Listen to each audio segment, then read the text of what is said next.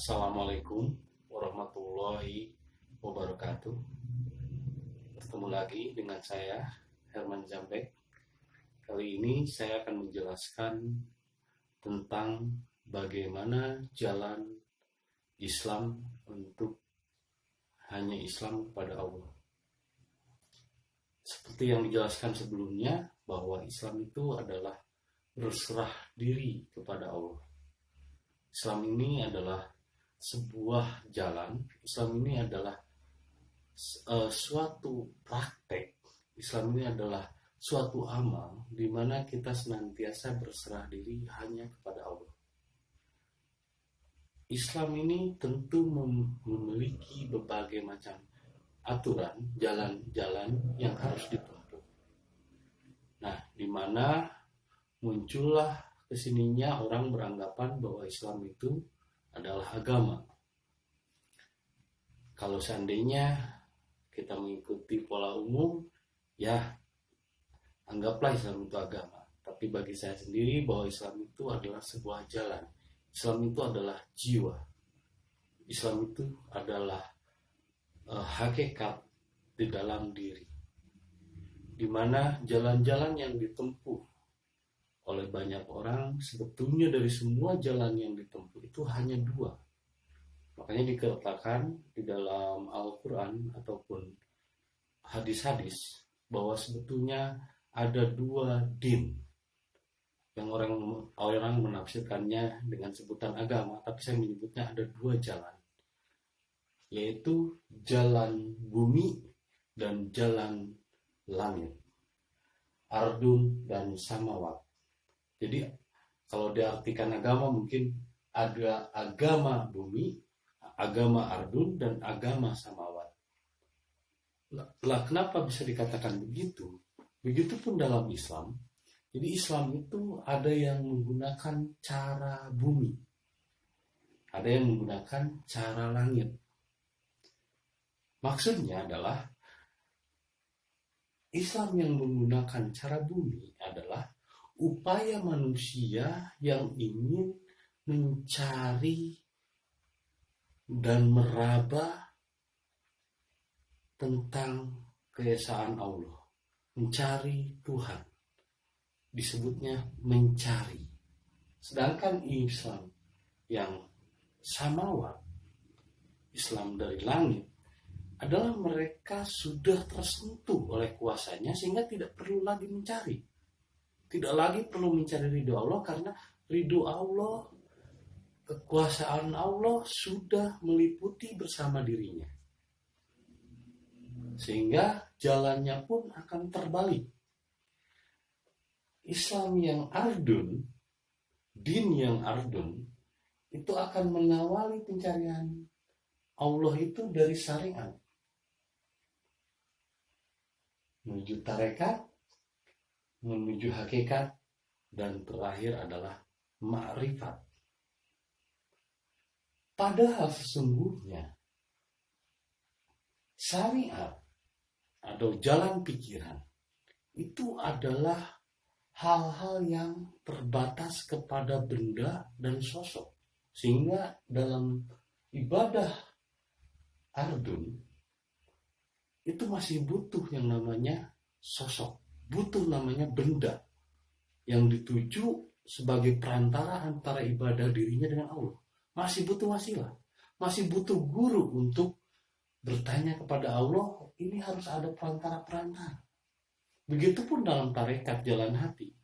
Setinggi-tingginya orang yang ingin mencapai Allah dari bumi, naik ke syariat, ke tarekat, ke hakikat, ke ma'rifat, sesungguhnya tidak akan nyampe kepada ma'rifat. Paling tinggi pun dia hanya akan berkutat di syariat. Dan setinggi-tingginya syariat, itu paling tinggi surga mereka adalah surga wanita. Surganya sehingga digambarkan dapat 40 bidadari, digambarkan kenikmatan begini dan begitu. Itu surganya surga hayalan yang semuanya sebetulnya ada di Indonesia. Surganya orang-orang Arab yang di sana gersang, ada aliran sungai yang mengalir, buah-buahan, padahal itu gambaran yang ada di Indonesia. Ini surganya hanya sebatas kepada benda dan dunia. Begitupun dalam tarekat ini tidak akan pernah sampai kepada marifat. Karena jelas dari dauh-dauh yang dulu dikatakan bahwa awaluddin ma'rifatullah. Jadi awal untuk mengenal din Allah itu harus dari makrifat dulu. Kita harus mengenal dulu sifat-sifat Allah. Kita harus mengenal dulu ilmu-ilmu Allah. Setelah kita mengenal ilmu Allah, maka turunlah kepada hakikat. Setelah kita mengenal hakikat, turun lagi menuju tarekat. Setelah mengenal tarekat, turun menjadi syariat.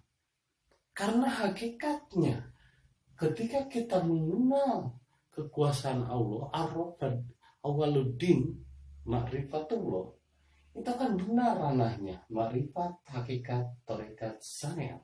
Maka syariatnya akan benar. Karena apa? Karena ia berawal dari ma'rifatullah dulu. Ia mengenal Allah dari rasa dulu. Dari jiwa ke rasa, ke hati, ke pikiran, lalu ke gerak, ke ucapan, dan sifat asma af'al. Tapi kalau dari ardun, kalau dari syariat dulu, ini ujung-ujungnya Allah, bahkan Allah sendiri itu disifatkan menjadi sifat-sifat manusia. Allah sendiri disifatkan menjadi sifat-sifat manusia. Bahkan Allah sendiri dipaksa untuk ikut mengikuti cara berpikirnya. Bahkan Allah sendiri dipaksa untuk ikut mengikuti aturannya. Artinya Tuhan dipaksa untuk mengikuti kehendak nafsunya. Itu cara ardun. Cara ardun dari bawah menuju langit. Kata-katanya terlalu tinggi, bahkan banyak tidak sedikit dari cara ardun ini, dari din yang ardun ini, orang yang mengaku dirinya suci, mengaku embim, mengaku hebat, mengaku orang yang paling benar, mengaku diutus Tuhan, mengaku turunan yang mulia, dan lain sebagainya. Ujung-ujungnya ini ngaco. Ujung-ujungnya mengaku paling hebat. Karena dari ardun ini, din ardun menuju langit, ujungnya cuma ngaku, tapi sifatnya masih suka ngomongin orang, masih suka ngejelekin orang, masih suka ngehina, masih suka ngibul, dan lain sebagainya. Ini ardun dari bawah menuju langit. Langit, ngomongnya terlalu tinggi. Padahal kalau ngomongnya terlalu tinggi nanti ketabrak pesawat tuh. Nah, kalau dari samawat, karena kita ini memang makhluk spiritual, karena kita ini memang makhluk cahaya yang diturunkan ke dunia untuk menjadi manusia. Artinya awaluddin ini benar. Awaluddin ma'rifatullah. Awal untuk mengenal din itu adalah dengan mengenal dulu makrifat. Lalu hakikat, turun lagi ke tarekat dan syariat. Nah, ini membumi.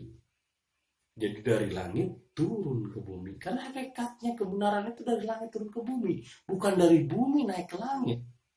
Ingat, hakikat kebenaran yang sejati itu dari langit turun ke bumi, bukan dari bumi naik ke langit. Jadi kalau ini dari langit turun ke bumi, ketika dia berbicara syariat, ini ujung-ujungnya adalah ingin mendirikan khilafah Islam seperti NII, HTI, dan lain-lain. Ujung-ujungnya hanyalah radikal, menghalalkan segala cara, membolehkan membunuh orang yang tidak seiman dengannya. Tapi ketika dia berawal dari samawat, ketika berawal dari ma'rifatullah, berawal dari rasa dulu, maka akan membentuk kesadaran diri. Bahkan Yasin wal Qur'anil Hakim, Quran pun bukan kitab yang di luar dirinya yang dibaca. Karena kalau Quran itu kitab, ketika wahyu Nabi pertama dibacakan, belum ada yang namanya kitab. Tidak ada kitab tertulis. Nabi Muhammad tidak pernah membaca, bahkan tidak pernah menulis kitab Al-Quran. Kitab ditulis setelah nabi-nabinya wafat. Ingat, kitab ada setelah nabi wafat. Kitab yang dimiliki oleh para nabi adalah kitab yang tersirat di dalam dadanya, di dalam dirinya, di dalam jiwanya. Itulah kitab telas, kata orang Jawa, kitab abadi. Karena dia tersirat. Inilah ayat kauniyah, ayat yang tersirat di dalam diri, ayat yang tersirat di alam. Inilah kitab makrifat di dalam dirinya. Jadi ketika Yasin ini adalah din jiwa, Yasin. Wal Qur'anil Hakim, ini adalah hukum. Ketika dia memiliki kesadaran hukum, maka dia tidak dipaksa, tidak perlu diatur untuk tidak boleh begini begitu. Dia akan memiliki kesadaran sendiri. Oh, ini nggak boleh. Oh, ini nggak boleh. Bukan karena larangan dan perintah, tapi karena kesadaran yang tumbuh dari dalam dirinya. Karena dia telah mengenal dulu tentang hakikat kesejatian dirinya. Apa sih manusia diciptakan? Untuk apa? Untuk ibadah hanya pada Allah dan untuk menjadi saksi. Untuk menjadi saksi atas kebesaran Allah yang telah menciptakannya. Sehingga hukum-hukum yang terjadi kepada dirinya hanya untuk dirinya, diterapkan kepada dirinya. Tidak dipaksakan kepada orang lain agar orang lain mengikuti caranya. Orang mengikuti dia karena dari makrifat turun ke syariat dalam perbuatan contoh akhlakul karimah. Jadi orang tidak dipaksa untuk mengikuti dia, tapi dia mencontohkan akhlak yang baik sehingga orang tersentuh. Karena lahirnya dari dalam, bukan dari pikiran. Kalau ini maka sifatnya memaksakan, mendiskriminasikan orang lain, menekan. Dan ketika penerapan hukum yang dilakukan dari Ardun, ini penerapan hukum yang disebut pemerkosaan, pemaksaan, penjajahan. Hukum pun banyak dilanggar karena hukum mereka ciptakan, mereka pula melanggarnya. Tapi ketika hukumnya itu datang dari hukum Allah, yaitu dari mengenal dulu diri, maka hukumnya adalah hukum kesadaran. Kalaupun saya misalnya berbuat dosa, itu karena dia sadar, merasa selalu disaksikan oleh Allah, karena dia makrifat, karena dia mengenal bahwa Allah Maha melihat, maka dia tidak perlu diikat dengan hukum-hukum Islam. Karena di dalam dirinya sudah ada hukum. Karena dia telah sadar bahwa dirinya senantiasa disaksikan oleh Allah. Bahwa dirinya telah mengenal Allah. Bahwa Allah selalu menyaksikannya. Maka dengan